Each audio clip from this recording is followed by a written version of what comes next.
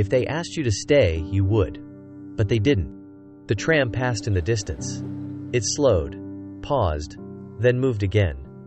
The sound lingered a moment longer than it needed to. So you stayed anyway, like it wasn't over yet. She didn't move. Not when it arrived. Not when it left. Her gaze followed nothing in particular, just the space where something had been a second ago. Footsteps approached. Unhurried. An older man stopped beside the bench. He glanced at the empty space, then at her. Not intrusive, just noticing. Is this seat taken or just being kept for something? She let out a quiet breath that almost shifted into a smile. It's free. He nodded once and sat down carefully, leaving a natural space between them. Not too close, not distant. Silence settled. Not heavy, just there. You've been sitting like something was supposed to happen, he said. She kept her eyes forward. Maybe it was. Another tram passed behind them. Slower this time. Neither of them turned. It wasn't loud, she said. Whatever it was. A small pause. Just less and less there. He rested his hands on his cane, fingers loosely folded. Things that stay, he said slowly, don't usually disappear like that. She exhaled through her nose, not frustrated, just tired of the thought. I kept thinking it would come back.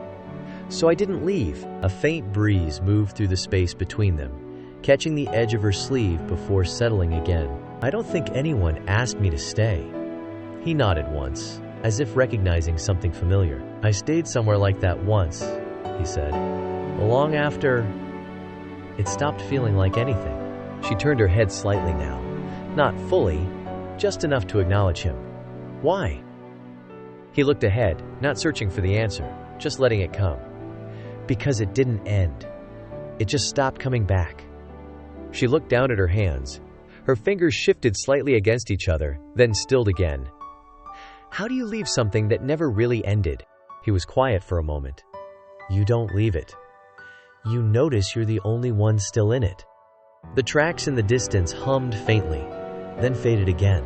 She watched the empty line where the tram had been. I think I've been waiting, like it was still happening. That's easy to do, he said. When nothing tells you it's over. She nodded slightly. Not agreement, recognition. I don't think it's coming back. He gave a small, almost imperceptible nod. That sounds like something you've known for a while. She stood slowly, not rushed, just decided. I should go. That sounds right. She took a few steps forward. The air felt different now. Not lighter, just clearer. Then she paused. Something unfinished. Or maybe something she thought needed finishing. She turned back. The bench was empty. No movement. No sign of when he left. Just the space where he had been. The tram line stretched quietly into the distance. They didn't ask me to stay. I just didn't leave.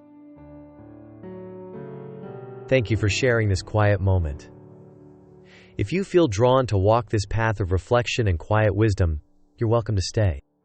In another quiet story, a simple conversation on a park bench helps someone see a loved one differently.